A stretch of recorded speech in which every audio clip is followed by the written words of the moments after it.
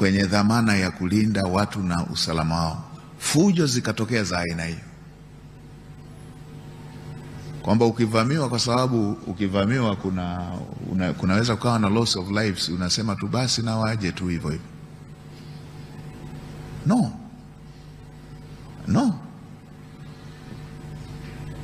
kuna kiapo cha kulinda hii nchi, kuna kiapo cha kulinda mali za watu, kuna kiapo cha kulinda usalama wa raia.